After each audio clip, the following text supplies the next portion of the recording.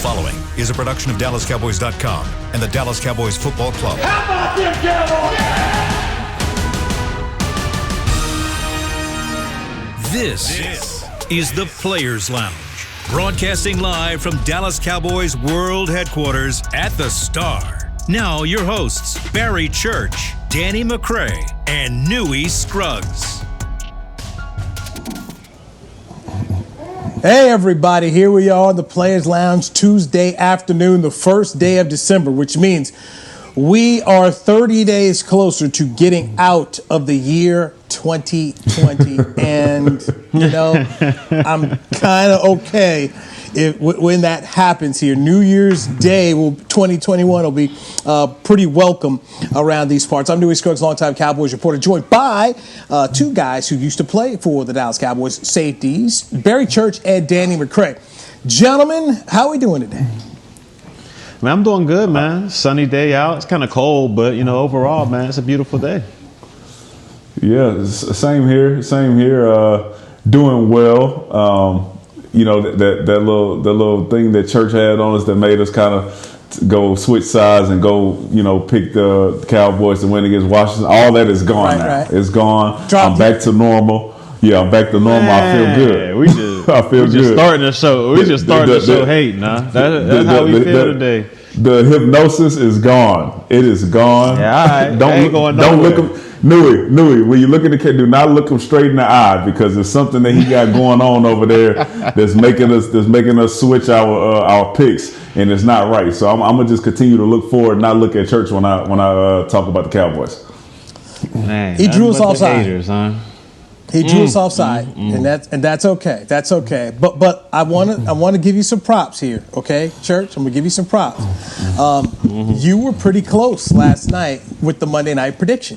All three of us had Seattle winning, and Seattle did. Church, you said 24-10 Seattle. I said 33-14 Seattle. D-Mac, you said 35-17. The final score was 23-17. Seattle beating the Philadelphia Eagles to drop them to 4-7-1. And if it wasn't for some, you know, Hail Mary, you know, I mean, I would have been almost dead on. I mean, you know, I didn't know what's his name, Richard Rodgers back there. I mean, he catches Hail Marys for a living, I guess, because he did it with Aaron Rodgers, and now he's doing it with Carson Wentz. But, I mean, I was just a Hail Mary throw from being dead on, so it's nothing. So it doesn't count? So it doesn't count. It happened in the game. The score wasn't what you picked it to be. Okay.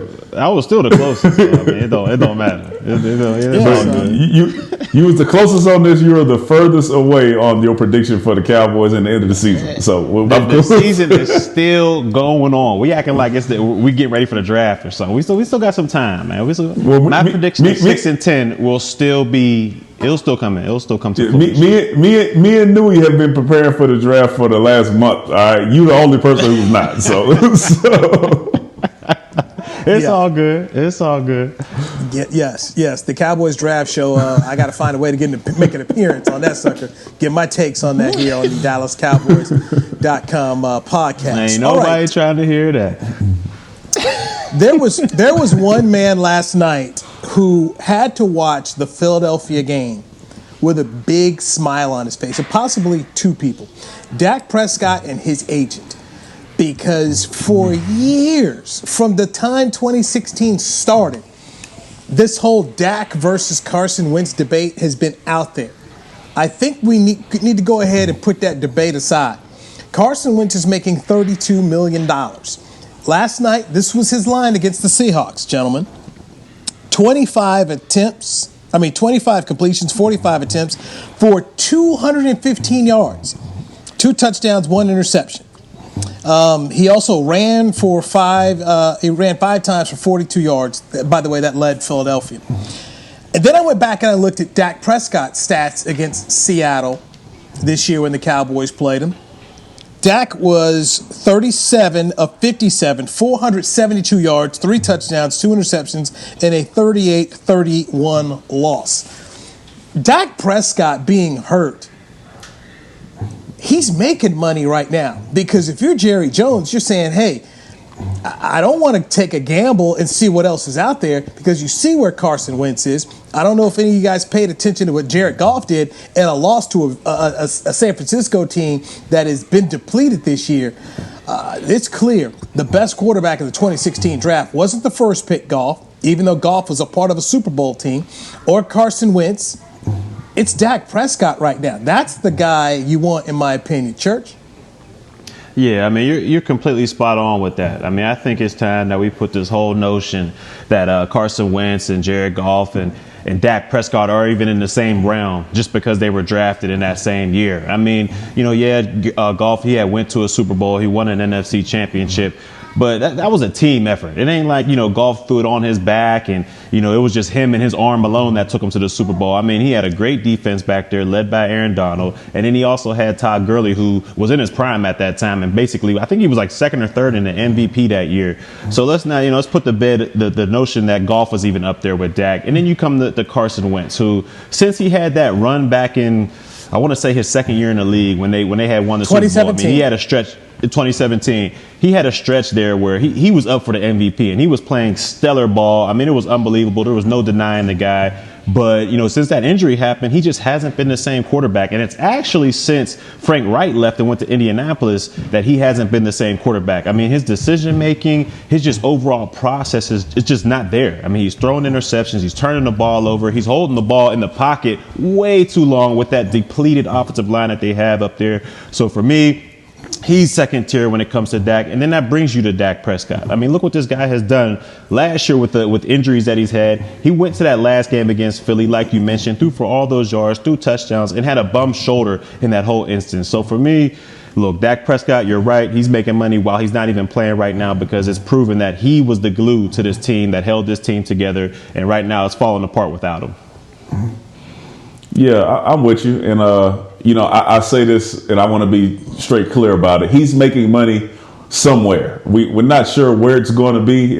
We assume there's going to be with the Cowboys, but somebody's going to pay Dak Prescott a boatload of money. I don't think it's even close. I never was big on Carson Wentz like that, especially once you see what Nick Foles is able to do. When he came in and was able to take them on the run and win that Super Bowl. I thought Carson Wentz was playing okay, but, a lot of quarterbacks can be in the MVP conversation at certain points of the season and end the season off a different way. At the beginning of this season, they were talking about Josh Allen being in an MVP race. And then they were talking about Russell Wilson being in an MVP race. And then this person. And then all of a sudden, now it's Patrick Mahomes. So I think he was playing up to that standard for a while. But we see what Carson Wentz is. He's not fooling anybody. If you watched the game last night, there's no excuse for some of the overthrows that he was throwing to Alshon Jeffrey, some of the miscues that he had to Fulgham, some of the balls that he was throwing to Miles Sanders out of the backfield that didn't make sense. He just was off target, holding the ball too long, and like Church said, decision making is all over the place. And this has been consistent for him, and everybody's just waiting for him to become a better quarterback, and I don't think it's coming. So yeah, Dak Prescott is head and heels above Carson Wentz, and he deserves way more money than Carson Wentz does, but I'm just not sure where he's going to get it at. Okay, so Danny, I want to keep going on what you said, and I think there are a whole lot of fans right now who maybe have changed their minds, who are down on Dak Prescott, because we know social media was littered with those people. These are the teams that I'm looking at right now who have a quarterback need going into 2021. Chicago, Tampa Bay, New England, the Jets, Jacksonville, the Colts, Denver, San Francisco, and potentially Detroit. And the reason I bring up Detroit is Matthew Stafford, after 12 years, the new coach and general manager may decide we want to move on. And so that's a possibility. And I'll give you another possibility. That's the Atlanta Falcons. Arthur Blank did not make a commitment to Matt Ryan because he'll have a new head coach and a general manager there.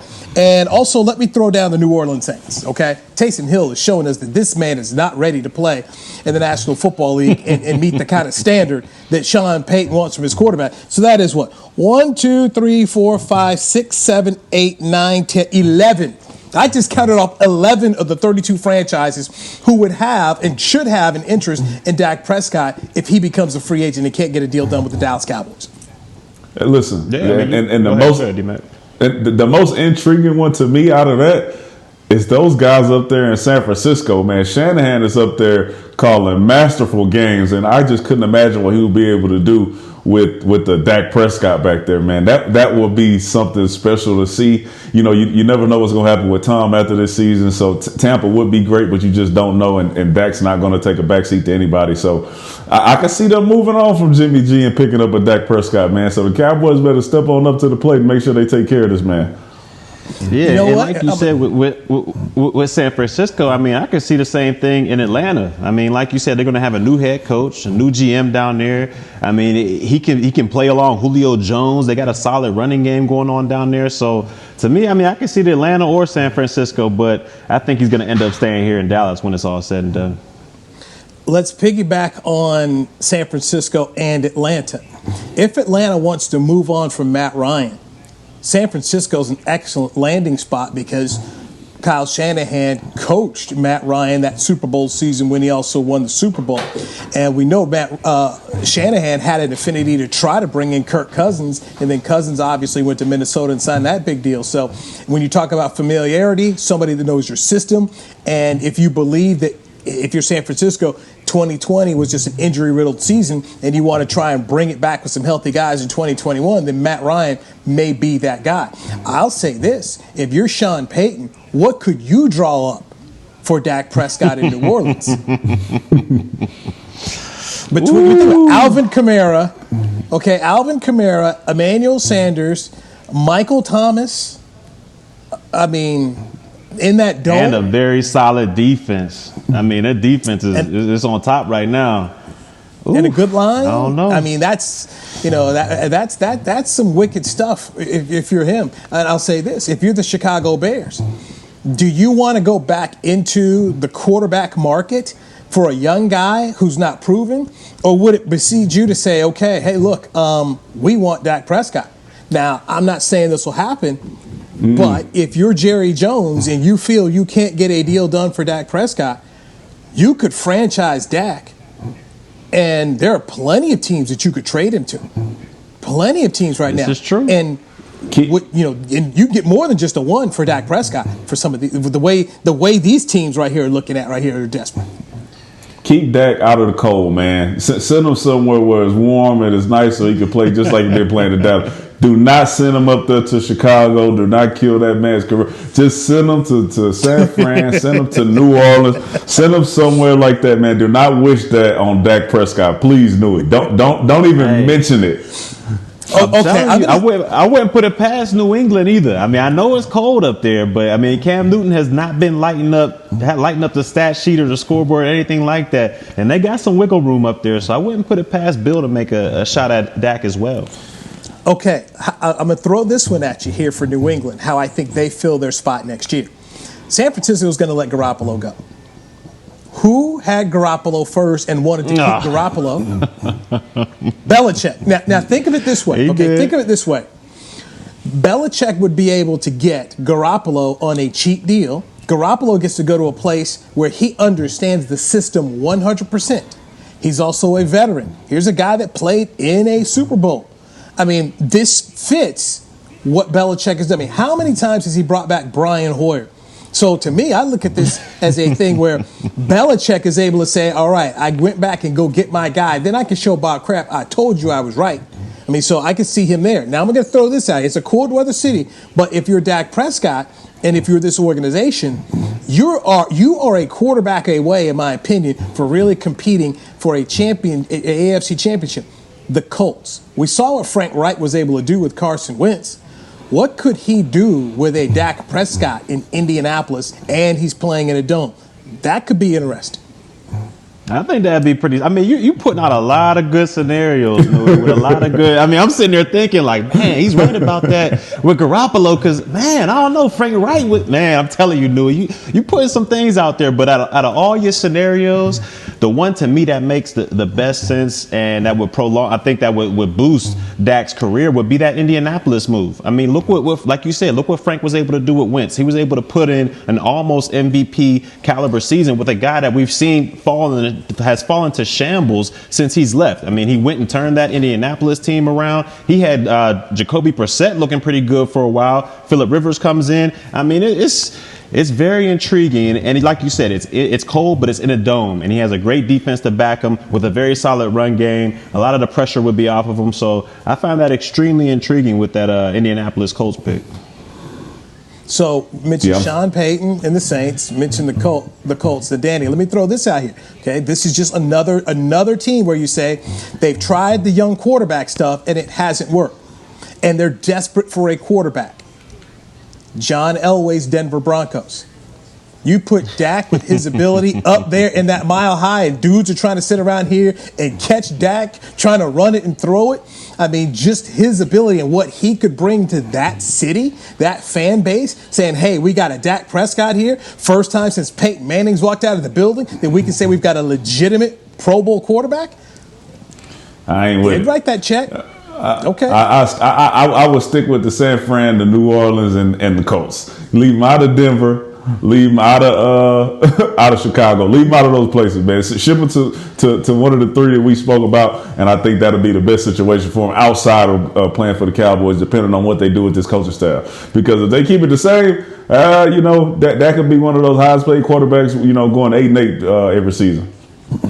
And so, I'll bring it back to this because I spoke earlier about Dak Prescott when he got hurt, and this is a person who understands the league. He said, "Hey, look, Dak lost leverage here in this deal. He's hurt now."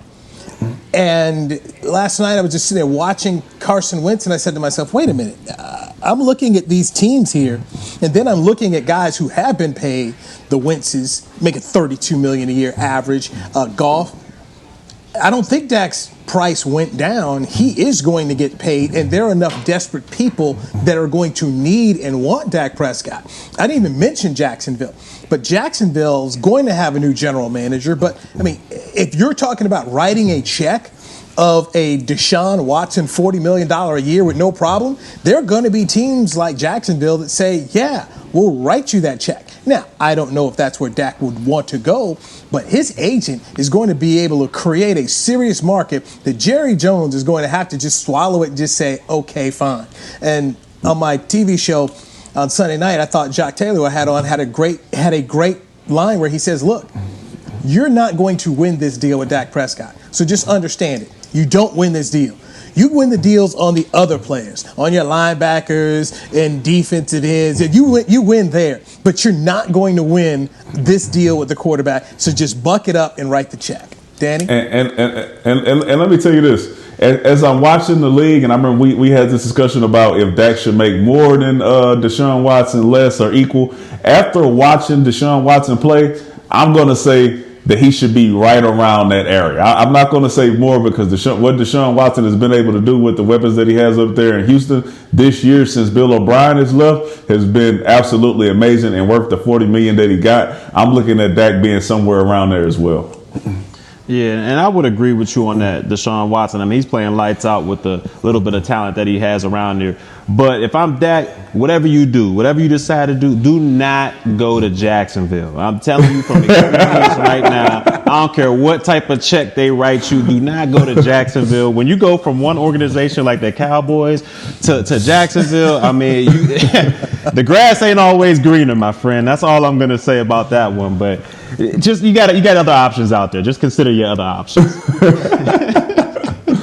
Good. So Church is against Toledo. He's against Jacksonville. The only team that he likes is the Cowboys and probably his little league team. Hey, you right about that, man.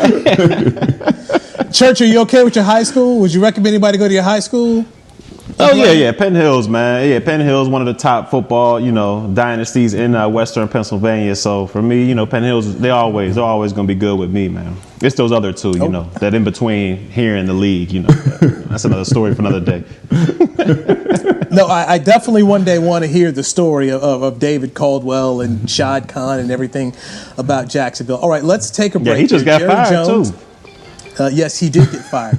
Jerry Jones spoke today on his radio show a very interesting comment that Gerald Wayne Jones had about the Denver Broncos and their quarterback situation. Let's dive into that next on the Players Lounge. Brought to you by Hotels.com right here on DallasCowboys.com radio.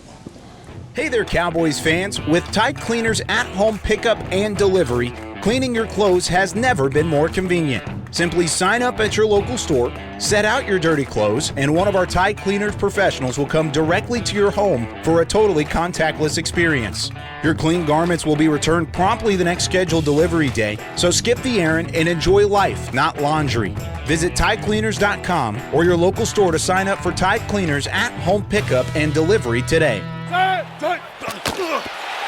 Just like all of you, we at SeatGeek can't wait until we're back in the stands at full strength cheering on the Cowboys and singing along to our favorite songs again. We're using this time to make discovering, buying, and selling tickets to events in Dallas easier. Plus, every ticket purchased on SeatGeek is protected by our buyer guarantee, which means you'll get your money back or better if your event is canceled.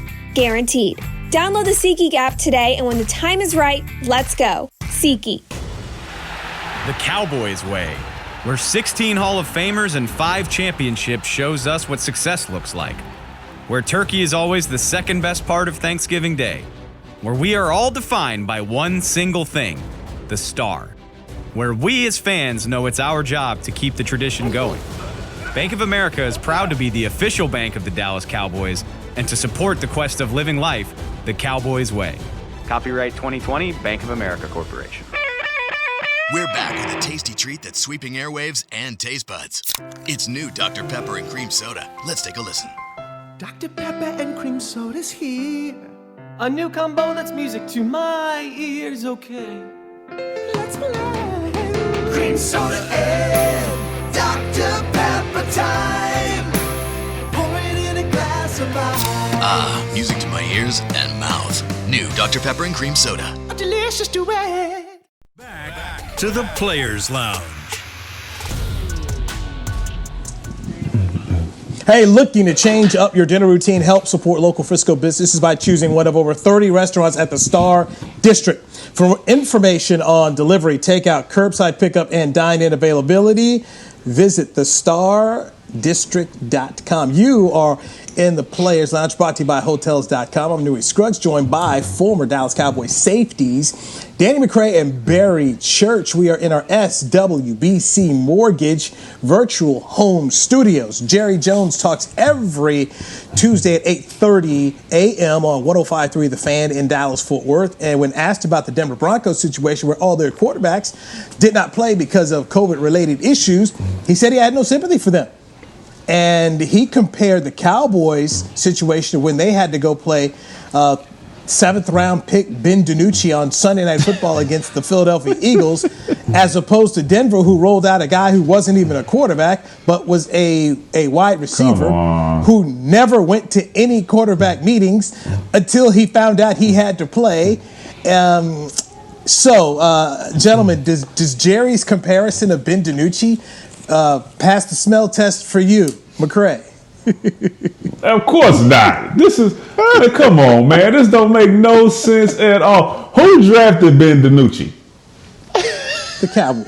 The Cowboys. Oh, so what are we talking about? You did your homework on the guy and drafted him as a quarterback to be on your team versus the Broncos' entire quarterback room not being available, and the guy that they have on their team as a wide receiver has to go out there and play quarterback. This is not even close. It sounds like he might be a little upset and trying to play it down to say, look, we got it just as bad as anybody. That's why our season is going so bad. But it's not. It's not. And the Broncos went out there and looked better than we did in some instances. So Jerry was off on this one, but we all have our own opinions, and if that's the way he feels, then that's the way he feels. But for me, looking at that game and looking at how we played and the fact that we picked up DiNucci and how Church was hyping him up, oh yeah, this ain't the same. This ain't the same, man. Hey, I'm going to tell you one thing right here, man. Jerry Jones was completely right when this assessment of Ben DiNucci and his Denver situation. Ben DiNucci looked downright terrible when he stepped on that field on that Sunday night game against Philadelphia. Yeah, I was over here hyping him up. I thought he had the juice. I was sipping the Kool-Aid on Ben DiNucci, and they told me he could run 21 miles an hour and all this good stuff. But the guy looked like a deer in headlights out there. He did not know what he was doing on Sunday night, and he looked downright awful. It at least the guy from Denver, he has some athletic ability. He looked like he could run a little bit. DiNucci, I don't know where they got this 21-mile-an-hour thing, because the guy was stuck in sand and he couldn't do anything that Sunday night. So I think our quarterback situation was way worse than Denver's. No. I need you to clarify. Jerry was right. I need you to clarify. We're not talking about how they looked once they got into the game. We're talking about the situation that they were in going into it. The Dallas Cowboys had a player that they drafted in the 7th round, and they had prepared him to play quarterback for their team. The Broncos, on the other hand, had no quarterback, and they were forced to put in a wide receiver. They're going into that game, it's not even close. It's not even close. Into the game, you're right. Going into the game, yes, he was a 7th round pick. He had a whole week to go out there and practice and get ready for the game. Somebody drafted him and said, yo, this guy could be a future guy for us or whatever. But when they got out there, he looked terrible. He looked like he should have been playing long snapper or kicker instead of quarterback. And it was just downright terrible. Yeah, but that goes on to people that drafted him. Yeah, that's an organizational we drafted problem. We drafted him. They ain't got me on tape. So what did you make of Denver's head coach Vic Fangio basically pointing the finger and saying, hey, man, I'm disappointed because these guys didn't do what they needed to do. Now, he took some blame in it, too. But he rolled out his quarterbacks and just basically said, yeah, it's these guys' fault.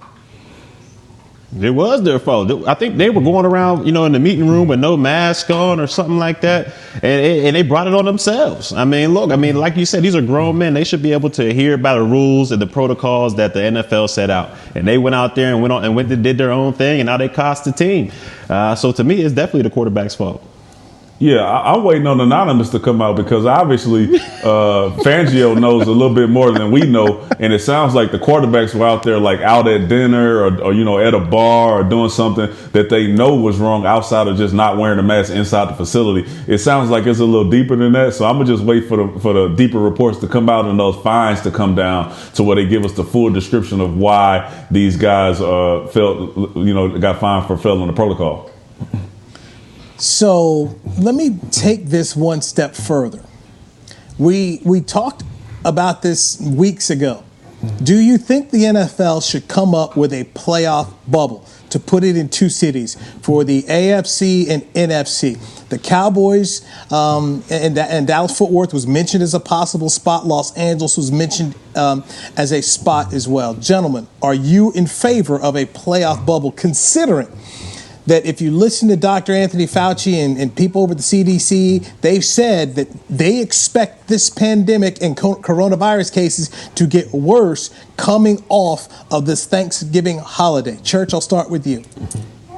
Yeah, I think they should consider this, and I think they should go ahead and move forward and doing the bubble in the playoff situation. I mean, like you said, if you listen to Fauci out there, it's coming. It's the winter months are coming. Cold and flu season compacted with the COVID situation. I mean, it's going to make things even worse. So instead of going out there and letting everybody do their own thing and meeting up on a Sunday at a field, I think we should get some type of bubble situation, something that goes on. It has to be in one of the major cities where there's a lot of different places for teams to stay at and still be contained while they're going through their practices and stuff. So, but for overall, it makes sense to me. Look, the NBA did it and it worked perfectly. They were able to go throughout their whole playoff situation with minor hiccups at that. So for me, if they want this NFL season to continue as far as the playoffs and then getting into the Super Bowl, I think the safest and smartest way would be to do a bubble, and they just got to pick the city that can contain it. Yeah, I'm with some type of bubble. Once we figure out who the playoffs teams are, I would really love to see them start with forcing the teams to be in a bubble in their own city and going straight from where they are to their charter flight to the game and back, and not allowing the guys to kind of go out and do their own thing, and then versus them being stuck in these 2 cities. But whatever works, because at this point, if you have to start canceling playoff games, then you have no idea when the season is going to end, if you're going to be able to finish it. So they're going to have to come up with some type of bubble situation in order for these guys to be able to finish the season and play the Super Bowl for this year. Here are 3 cities for me that I'm looking at, and I just say I think a bubble could really work for the NFL. Obviously, Dallas-Fort Worth. And I'm also thinking in terms of, hey, can you have fans at these games? because if they do this, they're going to want to try and make some money. You're going to try and make some money out of this. So Jerry has fans, okay? They're in Texas right now. The fans are able to go to games. I think about Vegas. I think about Arizona. We saw what has happened in Santa Clara County, California, where the 49ers can't play. If these cases get worse, who's to say what will happen in Inglewood, California, where SoFi Stadium is? So if I'm the NFL, I would discount California right now in terms of a playoff bubble come January, and probably look at some place like in Arizona or Nevada, where you think you might have an opportunity to, indoor stadium and possibly the government will let some fans in there. So, but I do think that you cannot discount money in this. Owners are going to want to try to find ways to make money out of this. Without a doubt. I mean, and what happens if the situation where what happened to Denver this past week, what happens if that's a playoff team? Do y'all think that, the NFL would let them go out there with no quarterbacks? Or do you think they, find some type of stipulation where they could put one guy out there? I mean, I'm interested to see if that were to happen to a playoff team, what would they say happened then? SOL. This is why I think it's a little deeper, man. This is why I think that the NFL and the coaching staff know something that we don't know. And the NFL looked at this and was like, this is like entirely you guys' fault. So you guys are going to have to pay for this and y'all have to play. Outside of it just being something that just was unavoidable and happened, there's something there to where it was like, hey, man, the NFL's like, look, we can't help y'all. We told y'all what to do. Y'all didn't do it. So y'all got to go out here, and fend for yourself on this one. And I also believe it's going to make teams be a lot better and a lot smarter about it. Jerry spoke about that on his radio show today as well. As, hey, look, you know what? This is a you problem. That's what he basically told me Denver, Danny. He said, this is you problem. You guys need to be more vigilant about this. You need to figure out a better way. Maybe you need to have, one of your quarterbacks do something a little bit different here. So if it happens in the playoffs, Danny, I think it just may be, we don't care. Because the show's got to go on. And if and everybody knows the rules. That's the thing about this bubble, too. That's one reason why to put them in here. Hey, look, this is what we're going to do. This is how we're going to do it. And if it turns out Josh Allen and the Buffalo Bills, you're in the bubble and Josh gets COVID, so what? Who's next? It's going to be that way for everybody. Who's next? And this is just going to be a part of how you got to roll going forward. So this is the chance everyone's taking. But remember, everybody wanted to play. They had the rules, NFLPA, everybody signed up for it. So I think at this point in time, it's not going to be any sympathy. It's just going to be, how do you all police yourselves and how do you make sure you stay as healthy as you can be? But I think the NBA and the NHL all showed us that you need to have a good, aggressive bubble to make sure you can get through this, because the NBA, the NHL, and the WNBA, they all made it work. Yeah, this is true. Yeah, follow suit, man. Follow suit. We want to see the conclusion to this season. We want to see the Cowboys not win the NFC East just so I can go to Nick and Sam's. And then we want to see who's going to win the Super Bowl. Nah, I'm kidding. Listen, all jokes aside, I would love to see the Cowboys prosper. I just don't believe that they will this season. And that will lead me to eating at Nick and Sam's for free for church. I just want to see football. I want to see the end of the season. So whatever we need to do to get this thing done, please, NFL, take care of it. Your day coming, D-Mac. Your day coming, man. It's all good. Your day coming. Let's take a break. The Cowboys' next opponent, the Baltimore Ravens, who were supposed to play yesterday. Then they moved to today. Now they switched it, and it'll be tomorrow afternoon, basically 2:40. Let's dive into the Ravens-Cowboys coming up in December 8th. Let's do that next on the Players Lounge, brought to you by Hotels.com on DallasCowboys.com radio. It's game day. You know what that means. First, kebab prep. Steak, pepper, onion, steak, pepper, onion. Next, a counterclockwise lap around the room. Now the lucky grease-stained jersey goes on. And lastly, the dance. You know the one. This is a game day ritual no matter where you are. Whether you're traveling to the game or watching from your favorite vacation spot, book a place to stay on Hotels.com and keep the tradition alive and well. Hotels.com, proud partner of the Dallas Cowboys. Since 1865, Stetson hats are American-made with pride right here in Texas. And Stetson is proud to be on the field with America's team. Want to show your Texas and team pride too? You can. By purchasing your own Stetson, you can look just like how the flag guys do on field at every home game. Stetson hats, the official crown of all self-respecting Cowboys, and your favorite football team. Get yours today at shop.dallascowboys.com or at stetson.com. The Cowboys way, where 16 Hall of Famers and 5 championships shows us what success looks like. Where turkey is always the second best part of Thanksgiving Day. Where we are all defined by one single thing, the star. Where we as fans know it's our job to keep the tradition going. Bank of America is proud to be the official bank of the Dallas Cowboys and to support the quest of living life the Cowboys way. Copyright 2020, Bank of America Corporation. Hey there, Cowboys fans. With Tide Cleaners at-home pickup and delivery, cleaning your clothes has never been more convenient.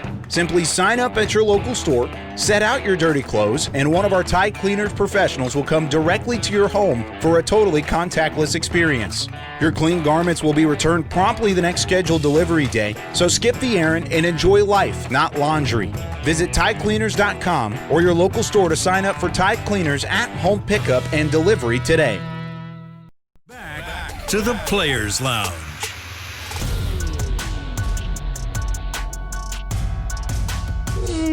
Hey everybody, Santa is back at his Dallas Cowboys cottage at the Star in Frisco. Appointments are available now to take your socially distanced holiday photo with Santa Claus through December 24th. Save $5 when you book by December 4th. Book now at thestarinfrisco.com/Santa. I cannot wait to see the church family photo and how this all works out when you get your socially distanced that church photo with, over there at the Star with Santa. I can't wait to see it. Man, you're going to be waiting a while because I don't think the church family going to be down there taking pics with young Santa. But, you know, it's all good, though. I hope the people that do go have a great time. Church, is he still scared of Santa? He ain't. Nah, when I first took him down in Jacksonville, man, he wanted no parts of Santa. Like, no parts of him. Hated him. But I think he warmed up to him a little bit now because he realized it comes with gifts. So I think he warmed up a little bit to him. Did you make your child take the photo? Did you make your child take the photo with Santa? See, I'm not going to jump on the sword on this one. My wife put him down next to Santa. I was sitting there like, nah, I don't know about this. I don't know. But she put him down to Santa. So, hey, I had nothing involved in that situation. So he was mad at her. If I was to ever write one of those, you know, the men are from Mars and women are from Venus, the Santa Claus, there would be a whole Santa Claus chapter where it is a consistent thing where dudes are like, they know their kid. He don't want none parts of that. You know, they're not about that Santa life. I mean, you can tell. But women have this thing that their egos want them to have this Christmas photo that their child's with Santa, even though they know. And you don't want to listen to your baby's father, the husband, you know, who loves the child equally, trying to tell you, kid don't want it. And so there we go. Every year we got these pictures of these kids. Like that, trying to get away from Santa. I got one of my third one. I'm like, she don't want that. No, let's try. I'm like, she don't want it. I mean, okay, when they're clutching onto your leg, as you get closer to them, it's telling you this kid doesn't want any parts of Santa. But you look every year, and it's the same. It's always the same. It's the mom that wants it. So I'd love to know, you know, why. I mean, really, just why. And then why won't you listen to your husband? Okay, baby daddy, they close with the kid too. They know, like, don't do it. But every year you see it, man, and it's, you know, every year, man, it's a trip. Like, okay, kid don't want it. I mean, then of course I feel bad for the Santas. You know, I feel bad for them Santas. like really, you know, I mean, I couldn't be no Santa because I'd be like, really, do you not see this kid don't want no part of me? I'm gonna learn my lesson later on in life. Oh yeah, it's coming. Yeah, bro. All you can do is show her some photos of, hey, look, see, you know, go to social media. Hey, babe, look at all these. See, you know, if she not feeling it, then we shouldn't do it. We'll walk up there if this is what you want. But if she not feeling it, we probably should. And then of course, well, I'll hold her. You'll get that one. No, I'll just hold. Oh, okay. Well, if you do, okay, make sure you hold her off to the right, and you got Santa to the left, because these kids don't want any parts of Santa. And then don't expect no smile. Kid gonna be like looking all the other way. But I just speak from watching so many of these things all the time. It's absolutely hilarious. All right, Tuesday, December 8th. It is now Cowboys-Ravens. This is what we think will be the third postponement. It was supposed to be this Thursday, then went to Sunday, then went to Monday, now Tuesday, December 8th. That's what we think we're going to see. And Lamar Jackson should be there for the Baltimore Ravens, which means the Cowboys will be off a grand total of 12 days. That's unheard of in the National Football League. Danny, your thoughts? I wish. My thoughts on the 12 days of my man Dez Bryant coming back to show us what the X is really about. I'll just start with Dez, because I'm gonna pat myself on the back by saying, yeah, listen, a long time ago I said my man Dez Bryant was going to sign to a team. He went up there to Baltimore. They didn't sign him at that point. I said, you know what? They were just making sure he was in shape. He'll be back. Some people on the show, Newy specifically said, nah, not signing no roster. And then I saw a photo of him signing to the 53-man on, what was that, Friday or Monday? I'm not participating. I'm not participating in this. Okay, let me finish. Newy, you couldn't have been more wrong. And you know what? Dez is going to come in here and try to straight up embarrass every single defensive back on the field. And if you watch the game, the last game that he was in, they found something with him. They threw him short passes and screens, and they let him get the ball in his hands and try to embarrass the DBs. And we'll see a lot of that when Dez gets here. So good luck, Cowboys defensive backs. And Church, this will not be one of those games we win to get to 6-10.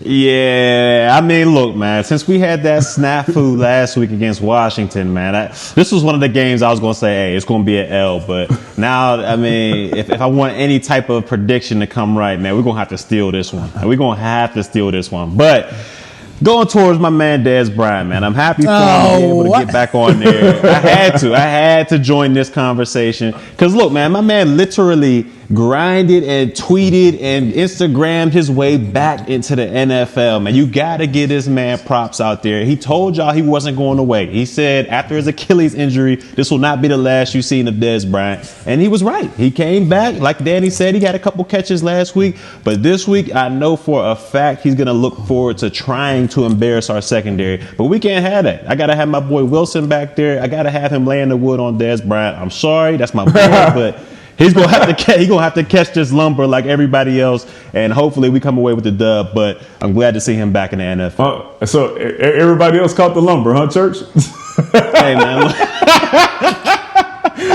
So we've been out there just laying the lumber this year. Dad's gonna have to catch it too, and hopefully that leads to a dub because we need it, man. We need it bad.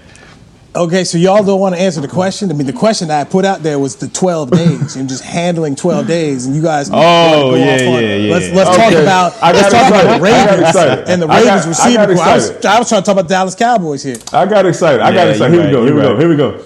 12 days off. 12 days off. All right, 12 days off. Maybe somewhere in that 12 days, these guys can get back to what they should be doing and just playing traditional football. Maybe the special teams can get back to punting the ball, punt returning, kickoff returning, kicking field goals. Maybe the offense can get back to running the ball, feature 21, feature 19, sticking to that the first half and second half. And maybe the defense can get back to rushing the passer, getting some sacks, and making some tackles. Over 12 days, you should get rested. You should have all your people healthy enough to go out there and play 100% for all of the snaps. Unlike my man Xavier Woods said is possible, these guys should be out there hustling the whole time. You've had 12 days off, and you need to get the stank out of your mouth from the mud hole that just got stumped in you on Thursday. So you should have a lot to fight for, man. You should be itching to get back on the field after 12 days off.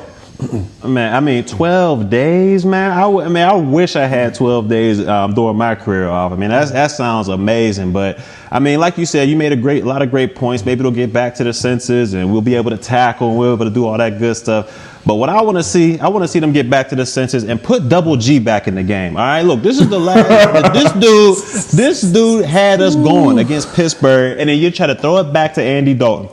We all see what Andy Dalton is. I'm gonna keep this short and sweet. Double G needs to come back, see what the youth got in these last couple games before we reach the playoffs, because we are going to win the playoffs. We are going to win the NFC. But see what Double G got in there, man. Put him back in. But you said they threw Andy Dalton back out there, and we all saw what he is. He won the game.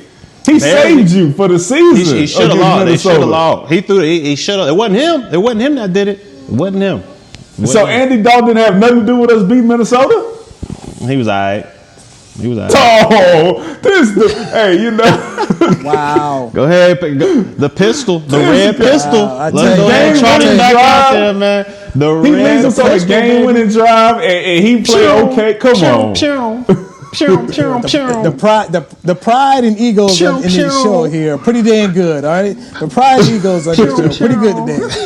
Between me, you guys piling on me. You guys piling on Church. Okay, you know what, man? That's a good time to end the show here, because it's 15 after. Chris Beam, our producer, has other shows that he needs to take care of here on a Tuesday. So when we get into tomorrow's show, we'll look at the Cowboys' offensive line issues. There are many. We also may touch on LSU. They've got some issues going on this week as they get to face Alabama as a 29.5-point underdog. So we'll talk with Danny McCray about his love of LSU football. I forgot about LSU. What happened? Oh, ask Aggie fans. They'll tell you what happened to LSU last week. But we'll do that tomorrow. We'll save all that tomorrow. I need my food. Give me my food. Thank you, Danny McCray, Church. We'll do it tomorrow. Bang, bang. Pew, pew. I'm hungry. My food. The red pistol, man. Double G returns. Double G. This has been a production of DallasCowboys.com and the Dallas Cowboys Football Club. How about this, Cowboys? Yeah!